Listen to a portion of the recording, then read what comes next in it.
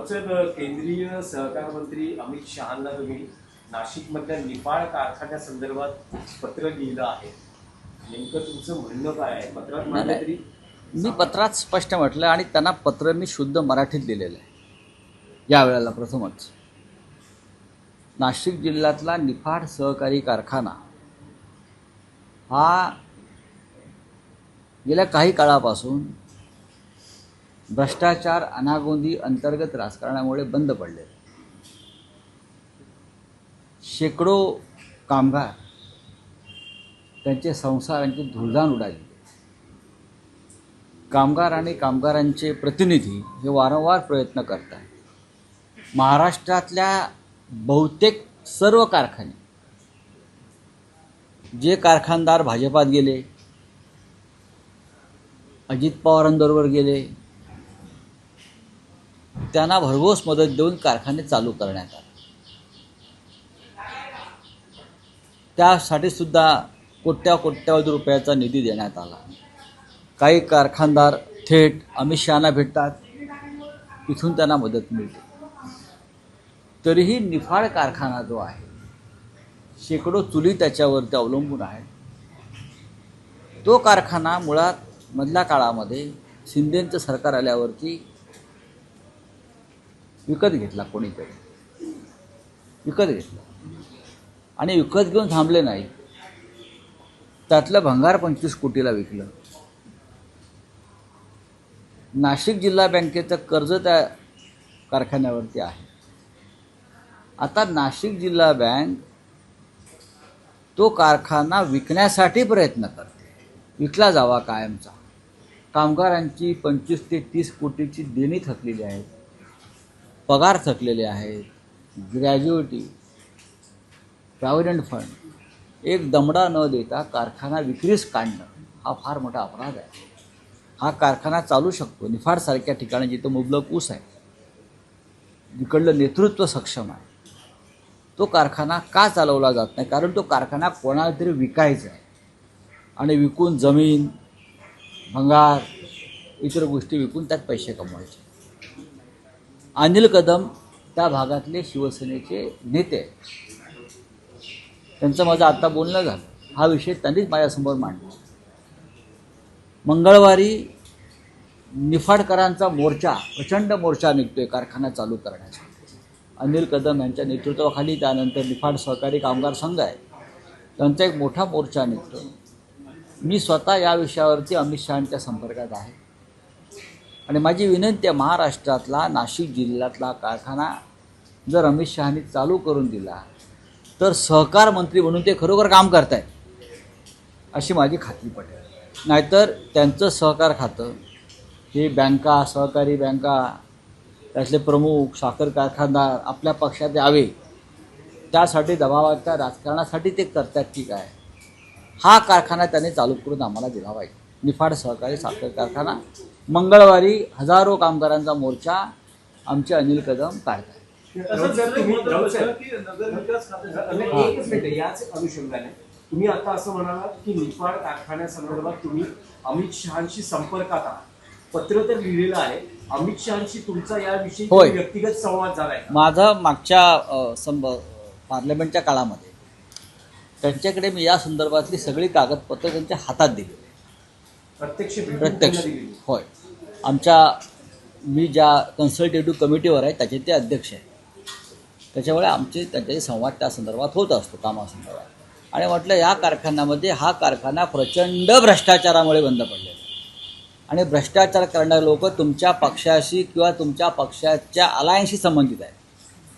तुम्ही त्याचा तपास करावा आणि पहिला कारखाना चालू करावा आणि मग गुन्हेगारांवर कारवाई करावी. हा कारखाना मुळात कोणी विकत घेतला याचा शोध तुम्ही घ्या आणि विकत घेण्याइतपत ही संपत्ती आली कुठून? ह्याच्यामध्ये कारखान्याच्या त्या उद्घाटनाच्या वेळेला नव्यानं जेव्हा झालं विकत घेतल्यावर, तेव्हा तिथे कोण कोण उपस्थित होते? त्या सगळ्यात जे पैसे त्याच्यामध्ये गुंतलेत आणि जे भंगारातून 30 कोटी रुपये जमा झाले आहेत ते सुद्धा ह्या लोकांनी गिळलेले आहेत. कामगारांना काही मिळालेलं नाही. माझं अमित शहांना विनंती आहे, मागणी आहे की यात राजकारण न आणता कामगारांच्या चुली पेटायला हव्यात, ही आमची भूमिका आहे. आपण या देशाचे केंद्रीय सहकार मंत्री आहे. केंद्रामध्ये प्रथमच सहकार मंत्रालय स्थापन झालं आहे. नाहीतर सहकार हा राज्याचा विषय आहे, केंद्राचा नव्हता. मी सहकारातला एक फार मोठा कार्यकर्ता वगैरे सांगून गृह खात्याबरोबर आपण सहकार खातं घेतलेलं आहे. त्याच्यामुळे सहकार खात्याची जबाबदारी आहे की सहकारातून उभा राहिलेला कारखाना कोणी भंगारात काढत असेल आणि त्याची विक्री 1000-1500 कोटीला करून माल मिळवणार असेल, कामगारांची देणी देणार नसतील, कामगारांचे पगार थकलेले आहेत, कामगार रस्त्यावर आहेत, अशा वेळेला माझी त्यांना विनंती. आणि परत जेव्हा मी 6 तारखेला जाईन तेव्हा या कारखान्यासंदर्भात परत त्यांच्याकडे मी कामगारांच्या प्रतिनिधी संदर्भात बैठक मागणार आहे. नगरविकास खात्याच्या संदर्भाचा प्रश्न आहे की देवेंद्र फडणवीस यांनी नाराजी व्यक्त केली की केंद्राकडून आलेले पैसे किंवा वेगवेगळ्या ज्या योजना आहेत त्या नगरविकास खात्यात व्यवस्थित राबवत दिले होते आणि या संदर्भात पुन्हा एकदा फडणवीसांनी एकनाथ यांना नाराजी व्यक्त केली. जर अशा प्रकारचा केंद्रीय निधीचा अपहार नगरविकास खातं करत असेल, नगरविकास मंत्री लाडके, अमित शहाचे लाडके, याचा अर्थ केंद्र आणि नगरविकास खातं राज्यातले यांचं भ्रष्टाचारामध्ये संगनमत आहे. एकनाथ शिंदे हे नगरविकास मंत्री म्हणून पूर्णपणे अपयशी आहे. विकास खात्याच्या माध्यमातून मग MMRD असेल, इतर काही प्रकल्प असतील, महापालिका, 27 महानगरपालिका, नगरपालिका यांचा निधी जो केंद्राकडून आला असेल, जर त्यांनी तो इतरत्र वळवला असेल, ठेकेदारांच्या माध्यमातून कमिशनबाजी केली असेल, हा भ्रष्टाचार आहे. देवेंद्र फडणवीस यांनी त्यांना बडतर्फ केलं पाहिजे. त्यांना तो अधिकार आहे. नुसतं चावचाव रडून चालणार नाही ना, किंवा बातम्या पेरून. अशा खंबीरपणे राज्याचे, महाराष्ट्रासारख्या राज्याचे मुख्यमंत्री म्हणून नगरविकास खात्याच्या भ्रष्टाचारावर त्यांनी जनतेला विश्वासात घेऊन सांगायला पाहिजे की कशाप्रकारे भ्रष्टाचार झालेला आहे. 2 लाख कोटीची कामं नगरविकास मंत्र्यांनी काढली मुंबईत, त्याचा काही आता पत्ताच नाही. ठेकेदारांना कामाचं वाटप झालेलं आहे आणि त्या 2 लाख कोटीवर 25% आधीच घेतलेल्या, विचार करा किती पैसे. मी हे जबाबदारीनं बोलतो आहे. नुसते कागदावर कामं काढली आहेत, प्रत्यक्ष कामाचा पत्ता नाही. 2 लाख कोटी रुपयांची कामं आपल्या नगरविकास मंत्र्यांनी ठेकेदारांना परस्पर दिलेली आहेत. काही आता पत्ता रेकॉर्ड महापालिकेत त्याचा नाही, पण ॲडव्हान्समध्ये दलाली घेतली आहे, कमिशन घेतलं आहे 25%. म्हणजे किती 1000 कोटी त्यांनी घेतले. हा केंद्राचा पैसा आहे, राज्याचा पैसा आहे, हे बोलत नाही. हा जनतेचा पैसा आहे. महाराष्ट्राच्या मुख्यमंत्र्यांना भ्रष्टाचाराचं नाव काढल्यावर त्यांचा आत्मा तीळ तुटतो. भ्रष्टाचाराचा काढतात, त्याचा काढतात, 50 वर्षापूर्वीचा काढतात. अरे तुमच्या नाकासमोर 1 वर्षात भ्रष्टाचार सुरू आहे, तो काढा. नगरविकास मंत्र्यांना बडतर्फ करा आणि महाराष्ट्रासमोर एक नवा पायंडा पाडा. संजय राऊत यांनी एक वादग्रस्त वक्तव्य केलेलं आहे. त्यांनी म्हटलेलं आहे की जे काही गणपती मंडळ आहेत त्यांनी आता डीजे ऐवजी पारंपरिक वाद्य वाजवावी आणि यासाठी कोण पैसे देत नसतील तर माझी बॅग उघडीच आहे, मी अशा व्हिडिओना घाबरत नाही. ठीक आहे. आता ह्याच्यावरती आपण काय बोलू शकतो. बॅग उघडी आहे त्यांची, कारण हे जे लुटलेले पैसे आहेत त्या बॅगेत आहेत. भ्रष्टाचाराच्या पैशावरती तुम्ही गणेशोत्सव साजरा करा, हा स्पष्ट संदेश आहे. राहुल सर, मतचोरीचा जो मुद्दा आहे, याआधी राहुल गांधी, त्यानंतर उद्धव ठाकरे आणि आता राज ठाकरे त्या विषयावर बोललोय मी काल. नाही, पण या माध्यमातून इंडिया अलायन्स मध्ये राज ठाकरे येऊ शकतात का? कारण मुद्दा एकच आहे आणि आपण बघितलं 2019च्या निवडणुकीमध्ये राज ठाकरे हे त्यावेळेसचा जो विरोधी पक्ष होता, राहुल गांधी असतील, शरद पवार असतील, यांच्या सोबत होते. त्यामुळे कदाचित या सगळ्या मुद्दा हा विषय चर्चेचा आत्ता या क्षणी नाही, पण होट चोरी हा राष्ट्रीय मुद्दा आहे. जे आमच्या इंडिया आघाडीत नाहीत किंवा महाविकास आघाडीत या क्षणी नाहीत, त्यांनासुद्धा या प्रश्नानं चिंतित केलेलं आहे. इतकंच कशाला, भारतीय जनता पक्षामध्ये अनुराग ठाकूरसारखे केंद्रीय मंत्री आहेत, त्यांनीसुद्धा होट चोरीचा मुद्दा शेवटी आणलाच ना समोर. त्यांचा मुद्दा की काँग्रेसनं होट चोरली म्हणजे होट चोरी होते. राज ठाकरे यांनी जो मुद्दा मांडलेला आहे तो विधानसभा निवडणुकानंतर तात्काळ त्यांनी या विषयावरती आपलं मत व्यक्त केलं होतं. हे मी काल आपल्याला सांगितलं. की मतं जी मिळत आहेत ती जातात कुठे. शिवसेना पक्षप्रमुखांनी म्हणजे माननीय उद्धवजींनी सुद्धा हा मुद्दा लगेच मांडला की मतं गेली कुठे. आम्ही मतदार जो मत देतो आहे, बटन दाबतो आहे, ते मत नक्की कुठे जात आहे हे कळत नाही म्हणजे घोटाळा.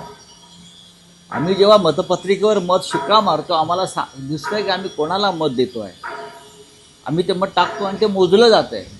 पण EVMमध्ये असं होत नाही. राज ठाकरे यांनी तोच मुद्दा मांडलेला आहे आणि आम्ही त्यांचं त्या भूमिकेबद्दल स्वागत केलेलं आहे. या क्षणी राज ठाकरे आणि उद्धव ठाकरे हे एकत्र आहेत, एवढंच मी सांगू शकतो. नाही, पण राऊत साहेब, याच मुद्द्यावर देवेंद्र फडणवीस असं म्हणतात की पराभव लपवण्यासाठी ही जी कारणं दिली जातात मतचोरीची, त्यावर त्यांनी शेरोशायरीच्या माध्यमातून तोडगा लगावलाय ठाकरे बंधूंवर. ते असं म्हणतात की दिल को बहलाने के लिए गालिब ये ख्याल अच्छा है. बघा, देवेंद्र फडणवीस हे राज्याचे मुख्यमंत्री आहेत. पण देवेंद्र फडणवीस म्हणजे यशवंतराव चव्हाण नाहीत, वसंतराव नाईक नाहीत किंवा वसंतदादा पाटील नाहीत. बरं का, आले बसले नशिबानं. याच्या पलीकडे त्यांच्या मताला या विषयावरती त्यांनी गांभीर्याने घेतलं पाहिजे विरोधकांचा हा आरोप आणि चौकशी केली पाहिजे. पण ते शेरोशायरी, थिल्लरबाजी, चुटक्या घेणं, लुटक्या घेणं याच्यातच राज्याचे मुख्यमंत्री अडकले आहेत. एकनाथ शिंदेच्या भ्रष्टाचारावर बोलतात पण कारवाईची हिंमत नाही. असा दुर्बळ मुख्यमंत्री महाराष्ट्राला लाभला आहे. त्याच्यामुळे तो अशा प्रकारची थिल्लरबाजी करणार. काय झालं आता? एकच विषय आहे. गणेशोत्सव सुरू होतो आहे. राज ठाकरेंनी उद्धव ठाकरेंनाही आमंत्रण दिलेलं आहे, फडणवीसांनाही आमंत्रण दिलेलं आहे, अनेक नेत्यांना दिलेलं. उद्धव ठाकरे जाणारही आहेत. आम्हाला आमच्याशी बोललेत ते. मनसे, शिवसेना, उद्धव बाळासाहेब ठाकरे युतीचा श्री गणेशा या घरगुती गणपतीच्या दर्शनातून होईल. दोन भाऊ एकत्र आले ही मोठी गोष्ट नाही का? राजकारण होतच असतं, राजकारण होतच राहील. मुंबई महानगरपालिकेवर मराठी माणसाचा विजयाचा झेंडा फडकवण्यासाठी दोन भाऊ एकत्र आले असतील. त्यात आम्ही पक्ष बघत नाही, तर दोन भावांची ताकद, शक्ती आणि भावना पाहतो. आणि राजकारण करू ना आम्हाला राजकारण करायचंच आहे. आमचा जन्मच राजकारणात झालेला आहे बाळासाहेबांबरोबर. आम्ही राजकारण नक्की करू. पुण्यात सर्व सुधारले जे डिजिटल क्रिएटर आहेत त्यांनी मुस्लिम मूर्तिकारा करून गणपती मूर्ती म्हणून त्याला टार्गेट केलं गेलं आणि व्हिडिओ त्याला डिलीट करायला लावला. कशा प्रकारे ट्रोलिंग चालू आहे? ट्रोलिंगपेक्षाही या राज्यामध्ये जे विष पेरलं जात आहे, जे विष पेरलं जातं ते भयंकर आहे. याआधीसुद्धा आम्ही मुस्लिम कलाकारांकडून कामं करून घेतलीत ना धार्मिक, किंवा ते आमच्याकडनं करून घेतात. पण या राज्यात आणि या देशामध्ये अशा प्रकारचे धर्मांधतेचं विष पेरून या राज्यामध्ये जे काय उत्पात घडवला जातो ते अक्षरशः पाप आहे. या देशामध्ये हिंदू आणि मुसलमान किंवा इतर धर्मात अशा प्रकारची तेढ कधीच निर्माण झाली नव्हती. जे भारतीय जनता पक्ष, मोदी, अमित शहा, फडणवीस यांची सरकार आल्यावरती केलं जातं आहे. तिकडे संगमनेरला कोणीतरी गोडसे म्हणून बाळासाहेब थोरातांचा खून करणार आहे. हे याच तेढीतून निर्माण झालेल्या गोष्टी. चला हो गया. मुंबई अध्यक्ष म्हणून अमित साटप यांची लवकरच घोषणा होण्याची शक्यता आहे, झालेली आहे. मुंबईत पुन्हा एकदा मराठी चेहरा दिलेला आहे भाजपनं. शेलार मराठी नव्हते का? पुन्हा एकदा मराठी चेहरा आहे मुंबई महापालिकेच्या. बघा, मुंबईला मराठी चेहरा दिल्याशिवाय पर्यायच नाही कोणाला. आता कोणाला नेमले मला माहीत नाही, पण आशिष शेलार अनेक वर्ष या शहराचे अध्यक्ष होते. भारतीय जनता पक्षामध्ये काय राजकारण उफळून आलं आहे मला माहीत नाही की शेलारांना ऐन निवडणुकीच्या तोंडावर जावं लागतं आहे. काहीतरी मुंबई भाजपात घडतं आहे एवढंच मी सांगू शकतो. आप क्या हिंदी में कुछ हिंदी में बोलिए. महाराष्ट्र की कोऑपरेटिव सेक्टर में जिस तरह से भ्रष्टाचार हो रहा है और भ्रष्टाचार करने वाले उनके ही पार्टी के या उनके अलायंस पार्टी के लोग हैं, बड़े बड़े शुगर सम्राट है. नासिक का एक बड़ा कारखाना कोऑपरेटिव सेक्टर में है, निफाड कोऑपरेटिव शुगर फैक्ट्री. कुछ सालों से बंद है, भ्रष्टाचार की वजह से हजारों कामगार, उनकी फैमिली सड़क पर है। 2 दिन के बाद वहाँ बड़ा आंदोलन होने वाला है। मैंने केंद्रीय सहकार मंत्री अमित शाह जी को कहा है, भाई आप इतने बड़े नेता हो, गृह मंत्री हो, केंद्रीय सहकारिता मंत्रालय आपके पास है, तो ये हमारे महाराष्ट्र का एक कारखाना हमें चालू करके दीजिए, हम आपके आभारी रहेंगे। Thank you.